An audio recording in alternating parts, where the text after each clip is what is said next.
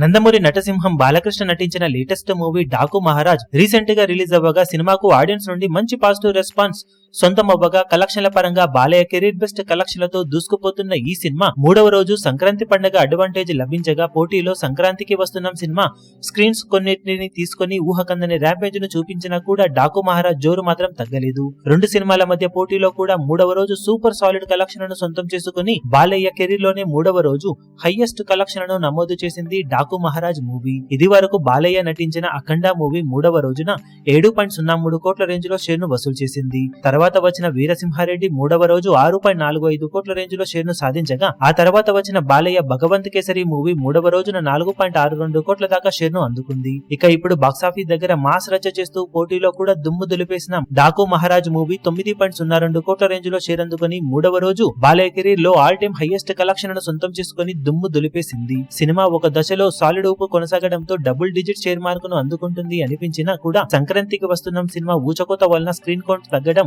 Double digit మార్కును అందుకోలేకుండా చేసింది. అయినా కానీ బాలయ్య కెరీర్ లో మూడవ రోజు హైయెస్ట్ కలెక్షన్లను నమోదు చేసిన డాకు మహారాజ్ మూవీ ఇక మిగిలిన రన్ లో ఇదే జోరును కొనసాగిస్తే బాలయ్య కెరీర్ లో బిగ్గెస్ట్ కలెక్షన్ల రికార్డులను నమోదు చేసే అవకాశం పుష్కలంగా ఉందని చెప్పాలి. ఇప్పుడు ఈ వీడియో మీకు నచ్చినట్లయితే లైక్ చేయండి, షేర్ చేయండి, ఛానల్ ను సబ్స్క్రైబ్ చేయడం మాత్రం మరవకండి. ఏ చిన్న అప్డేట్ ను మిస్ అవ్వకూడదు అనుకుంటే బెల్ ఐకాన్ ను ప్రెస్ చేయండి.